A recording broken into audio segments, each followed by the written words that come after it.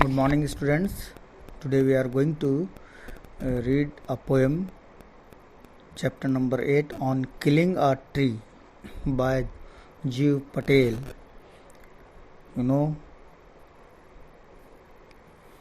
First of all, I will clear its central idea of the poem on killing a tree. The poem on killing a tree by Jeev Patel is a symbolic composition है ये. As evils are deep rooted in us, जैसा कि आप जानते हो कि हमारे अंदर बुराइयाँ, evils मीन्स बुराइयाँ बहुत अंदर तक जड़ उसने बना रखी है उन्होंने. Tree is also deep rooted, इसी तरह से ट्री भी डीप रूटेड है, सिंबॉलिक है ये ट्री. हमारी जो इविल्स हैं उसके साथ ट्री की रूट को इसमें कंपेयर कर रहे हैं poet. We should try to eliminate them permanently, हमें उन्हें हमेशा के लिए उन बुराइयों को दूर करना चाहिए. जब तक हम उन रूट्स ऑफ इविल्स को हम नहीं हटाएंगे, जड़ से नहीं हटाएंगे, तब तक हमारे अंदर बुराई बनी रहेगी. At times we think we have got rid of these evils, but suddenly it appears before us again as tree grows if not cut properly. और अगर हम इससे कैसे मुक्ति पा सकते हैं, कि जब तक इनको हम जड़ से नहीं हटाएं. जैसे एक ट्री को हम बिल्कुल ख़त्म करना चाहते हैं, हटाना चाहते हैं, तो उसकी रूट से उसको मतलब हमारे को कट करना पड़ेगा और बड़े ही हार्ड स्ट्रोक्स और ब्लोज के साथ उसकी रूट्स पे अटैक करना पड़ेगा. रूट्स जब हट जाएंगी तो ट्री भी बिल्कुल सूख जाएगा, विधर हो जाएगा और ख़त्म हो जाएगा. इन द सेम वे हमारे अंदर जो इविल्स हैं, बैड थिंग्स हैं, बैड थिंकिंग है, बैड कैरेक्टर, बैड नेचर और whatsoever is bad, we can uproot from the depth of our heart. We must put our best efforts to uproot them. The poet has another view. एक दूसरा view भी है poet का इस poem को लिखने में. That once we start on an assignment, we must bring it to the end. जब हमने कोई काम शुरू कर लिया तो पीछे मुड़ के नहीं देखना जब तक कि ये पूरा फिनिश ना हो जाए. A half-finished job is no job done. Because a half-finished job is no job done. So the poet advocates the totality of a work. This will make one responsible and sensible for one's assignments. और हम उस काम को पूरे completely हम उसको करते हैं तो इससे क्या रिजल्ट्स आएंगे कि हम रेस्पॉन्सिबल बनते हैं और सेंसिबल बनते हैं हमारे असाइनमेंट्स के प्रति. This is the central idea of the poem. Now I am going to explain the stanza 1.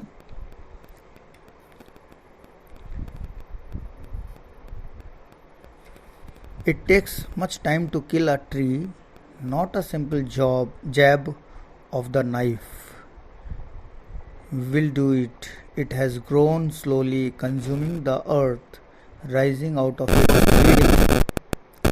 Here, poet wants to tell us a person cuts down a tree in order to serve his purpose. हम पेड़ को क्यों काटते हैं? ताकि हमारा मकसद पूरा हो जाए. The poet says that it is not easy to cut down a tree because a simple jab of the knife is never enough to wipe out its existence. किसी भारी भरकम ट्री को काटना इतना इजी नहीं है. Jab here means to hit something forcefully, जब तक कि हम उसको बहुत ही फोर्सफुली उसके ऊपर ब्लोज नहीं देते हैं, अटैक्स नहीं करते हैं, तो वो पेड़ नहीं कटेगा. And it is not the job of the knife that can do this simply. एक नाइफ जो होता है, एक छुरी जो बिल्कुल इनसफिशिएंट है एक पेड़ को काटने में, वो इतने भारी भरकम और स्ट्रॉन्ग पेड़ को एक छोटा सा नाइफ नहीं काट सकता. The reason behind its strength is its consuming the resources. देखो, slowly consuming the earth, rising out of it, feeding, यानी जो इसका रीज़न है वो इसके पीछे ये है कि इसकी स्ट्रेंथ, इस जो ये अर्थ से मिलने वाले रिसोर्सेज कंज्यूम करता है एक ट्री. कंज्यूम मीन्स उसको जो है ग्रहण करता है. Which it has got from the earth's crust so powerfully. जो अर्थ क्रस्ट होता है, अपॉन इट्स क्रस्ट एब्जॉर्बिंग, यानी कि जो अर्थ की वेरी फर्स्ट अपर लेयर होती है सॉइल की, उसे कहते हैं क्रस्ट. वहाँ से जो वो रिसोर्सेज जैसे वाटर, एयर, सनलाइट, ये सब वो वहाँ से ग्रहण करता है और बहुत मजबूत होता जाता है ये पेड़. Years of absorption of sunlight, air and water, सालों से वो क्या करता है, सनलाइट, एयर और वाटर को ग्रहण करता रहता है, सौंखता रहता है. कहाँ से? अर्थ में से. हैज़ मेड इट्स ग्रोथ, जिससे कि उसकी ग्रोथ होती है. सो परफेक्ट, इतना परफेक्ट हो जाता है. That a jab of knife won't do much, इतना मजबूत हो जाता है कि एक छोटा सा नाइफ उसको, नाइफ की जो हिट्स हैं वो उसको नहीं काट सकती. It will come out with leave again. Sprouting leaves here means it will come out with leaves again and will grow as ever. और फिर ये वापस उसमें पत्तियाँ आ जाएंगी, नई पत्तियाँ, और वापस से तरोताज़ा हो जाएगा और फिर ये बढ़ता जाएगा. इस तरह से एक नाइफ का ये जॉब नहीं है कि उसके जैब से ये पेड़ को काटा जाए. Stanza number 2. What does the poet say in this stanza? Now we will see.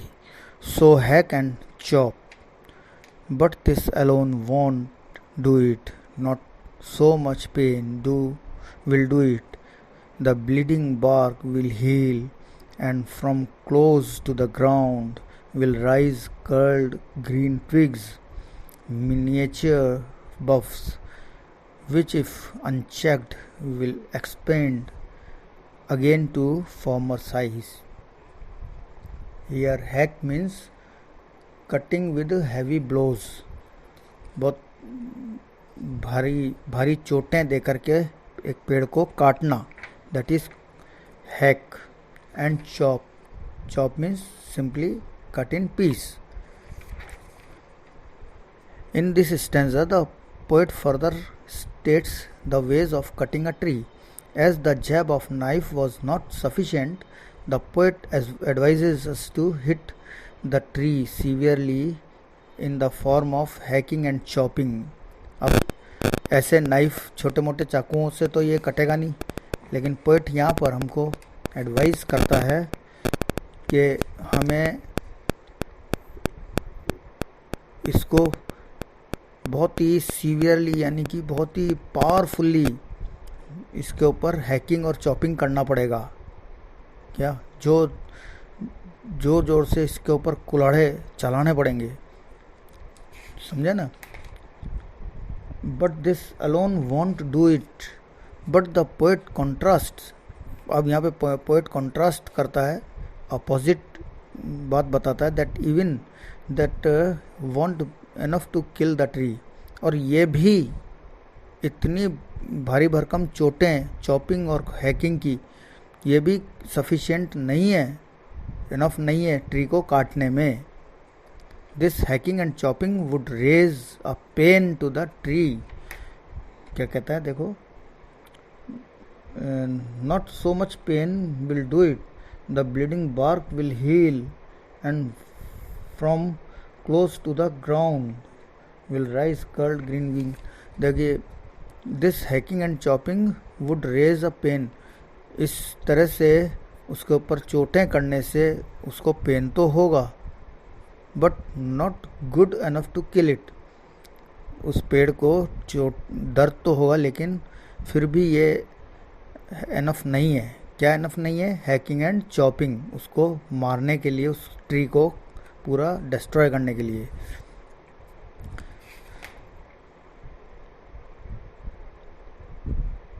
The bleeding bark will heal, and from close to the ground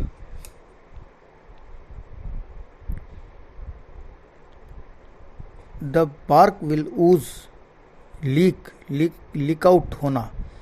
bark उसके तने और शाखाओं में से जो लीकिंग होगा, leak out with the liquid secretion, मतलब जो उसके अंदर से जो वाटर लीक आउट होगा वो उसकी चोटों से और उसके दर्द से ही होगा, लेकिन वो इनफ नहीं है.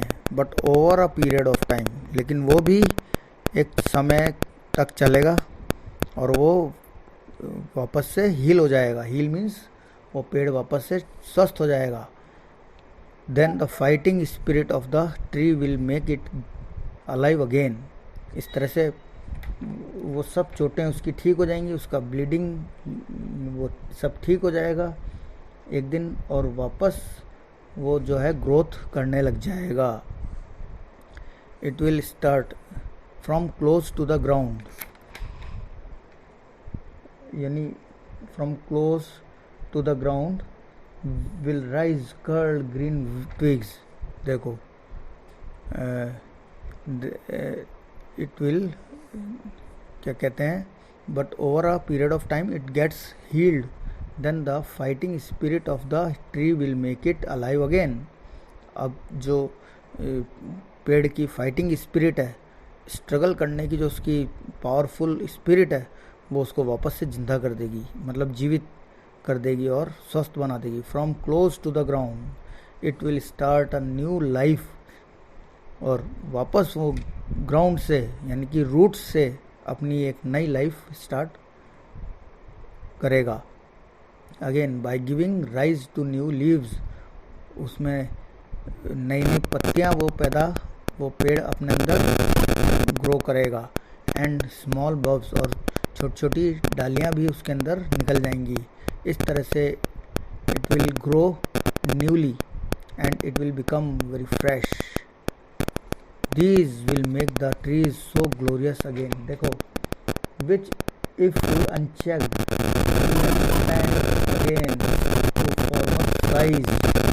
देखिए, trees will make the trees so glorious again that it will acquire its former size. और इस तरह से वो छोटी मोटी चोटें उसकी ठीक हो जाएंगी, उसका दर्द ठीक हो जाएगा कुछ समय बाद, और वापस वो राइज करेगा, ग्रोथ करेगा और वापस अपनी पुराने साइज में बढ़ जाएगा, आ जाएगा. Therefore it is not easy to cut और किल अ ट्री. इस तरह से एक पेड़ को, एक मजबूत ट्री को कट करना और किल करना इजी नहीं होगा. Now the stanza third. No the root is to be pulled out of the anchoring earth. It is to be roped, tried and pulled out, snapped out and pulled out entirely out from the earth cave, and the strength of the tree the source white and wet, the most sensitive hidden for years inside the earth. Here pull out means to take out from somewhere by force. खींच के उसकी जड़ को निकालना, that is called pull out. The root is to be pulled out. In the previous stanza, the poet has discussed the various types of killing the tree, but still the tree has managed to survive. So the poet came up with another idea. He says that the root needs to be pulled out of the earth. वो इस तरह से cutting, chopping को, hacking को जो है पास नहीं करता है पोएट, जिससे कि पेड़ कट जाए. ट्री उससे कटेगा ही नहीं और वो वापस से रिकवर हो जाएगा. इससे बेटर आइडिया एक और वो पोएट हमें दे रहे हैं कि उसकी रूट को ही खींच के बाहर निकाल दी जाए. ये एक नया तरीका उसको किल करने का पोएट बता रहा है. But the still tree has manage to survive, so the poet came up with another. अब वो रूट को भी बाहर खींच के निकाल देंगे तो भी जो है सर्वाइव कर सकता है वो tree. Out of anchoring earth. Anchoring earth means here trees are held securely with the help of roots in the earth. पेड़ हमेशा ये देखिए कि it is scientific, natural and geographical fact that the trees are held securely. Trees are fixed with the help of roots in the earth. He says that root needs to be pulled out of the earth where it has stocked its strength. देखिए वो कहता है कि उसको survive करने का एक दूसरा another idea. He says that root needs to be pulled out, यानी कि जड़ को ही अर्थ में से निकाल दिया जाए बाहर. वेयर, जहाँ की इसने अपनी सारी ताकत जमा कर रखी है. And pulled out, snapped or pulled out entirely out from the earth cave. Earth cave means उस जहाँ तक रूट जाती है पेड़ की, ट्री की, वो पूरा होल होता है. अगर पेड़ निकाल दिया जाए तो वो पूरा होल दिखेगा अपने को. दैट इज कॉल्ड अर्थ केव. वहाँ से जड़ को जमीन में से ही निकाल दिया जाए. Do this one needs to rope the roots, then pull out the whole mass outside. मतलब पूरे रूट को as it is बाहर निकाल दिया जाए. Then actual strength of the tree, that is roots, are exposed to the sun. तो जो actual strength कौन सी है ट्री की, वो रूट्स हैं. अब जब रूट्स को बाहर निकाल दिया जाएगा और उसको सन के सामने रख दिया जाएगा. एक्सपोज्ड मीन्स सामने रख देना. Strength of the tree exposed, the source white and wet, the most sensitive hidden for years inside the earth. यानी कि when the roots are out of the earth cave, then the actual strength of the tree, that is the roots, are exposed to the sun or environment. वो roots को सन के सामने रख देंगे, environment के अंदर ले आएंगे उसको. The source of life of the tree which is roots is now exposed. जो रूट्स उसकी लाइफ का सोर्स है, अब वो बिल्कुल बाहर आ गया है. And out, and its root matter is white and wet with absorption of water. तो देखिए, and out and its roots, root matter, उसका जो रूट मैटर है वो वाइट और वेट यानी कि गीला होता है, क्योंकि उसने इतने सालों तक वाटर को अर्थ में से एब्जॉर्व किया. It is now subjected to the outside world. अब वो सब बाहर आ गया और अब वो वाटर भी उसका सूख जाएगा. This is the actual start of the death of tree. This is the actual start of the end of the tree. ये है एक ट्री को पूरा किल करने का या उसको फिनिश करने का एक्चुअल तरीका, जिसमें बताया गया है कि जड़ को ही हम एक्सपोज कर दें बाहर निकाल के और उसको सुखा दें सनलाइट में. This is the actual start of the death of the tree as the life source of tree. It roots are exposed. यही एक लाइफ सोर्स है जिसको हमको एक्सपोज करना है. Stanza 4. The matter of the scorching and choking in the sun and air, browning, hardening, twisting, withering, and then it is done. देखिए, scorching and choking means the drying up of the tree after being uprooted. यानी कि उस tree को जमीन से बाहर निकाल के जड़ समेत उसको सुखा देने को स्कॉर्चिंग और चोकिंग कहते हैं. Browning here means the colour gradually getting brown. Hardening means the process of becoming hard. Twisting getting bent and moved. getting bent and moved. Withering means the process of decaying. सर्वनाश होने का process withering कहलाता है.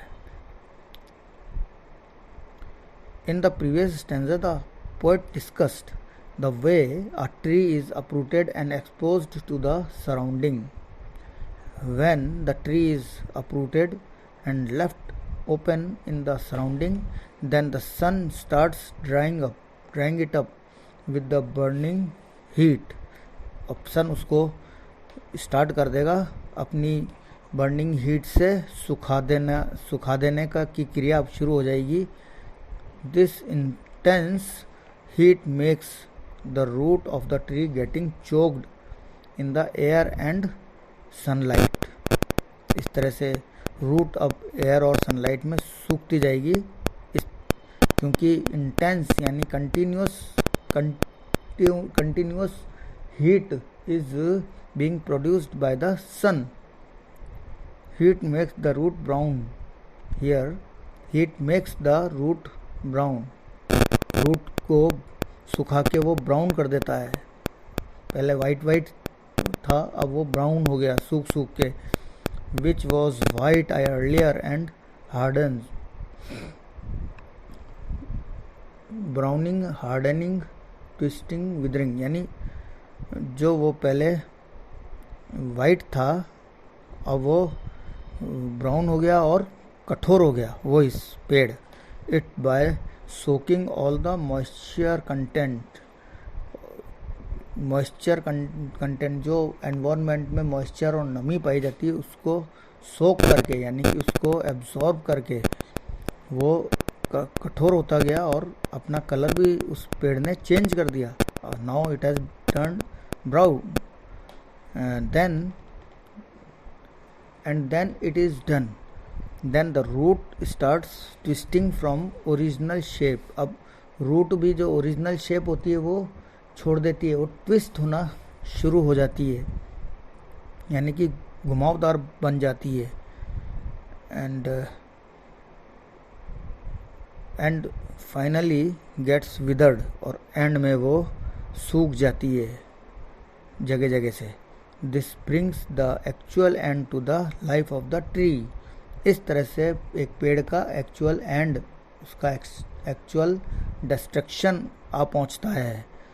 And that is how it is done in the end. अब end में एक पेड़ को इस तरह से फिनिश किया जाता है. कितने तरीके बताए पोएट ने, नाइफ से बताया और दूसरी और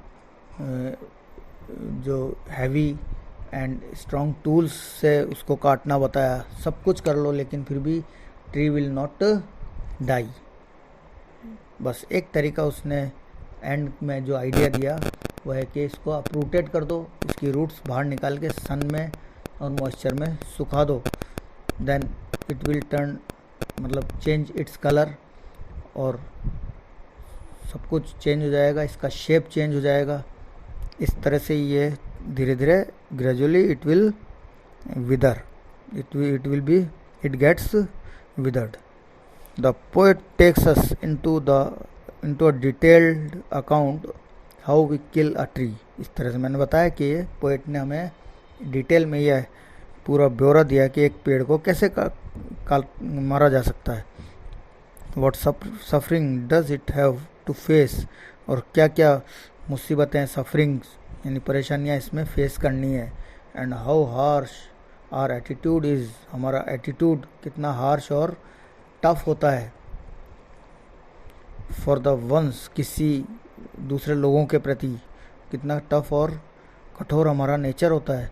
विच is the breath of our lives, और यही हमारा जीने के लिए हमें ऑक्सीजन देता है कि हम अपने को टफ बनाए रखें, एटीट्यूड को हार्श रखें, हम्बल नहीं बने। अगर हम थोड़ा सा भी हम्बल बन जाएंगे तो हमको डर लगता है कि कहीं हम डिस्ट्रॉय ना हो जाएं, लेकिन ऐसा नहीं है। हमें अपने को हम्बल बनाना है, काइंड टू ऑल, हमें सबके प्रति दया दृष्टि रखनी है और हमें ये एटीट्यूड को चेंज करना है। Then students, I hope you might have understood this poem, its central idea and its explanation. Now you can learn its word meaning, and even then you can learn the all 4 stanzas by heart. Okay, thank you and have a nice day. Take care of yourself, stay home, stay safe, use mask and sanitizer as far as it is possible. Don't go outside without any task. Thank you and have a nice day once again.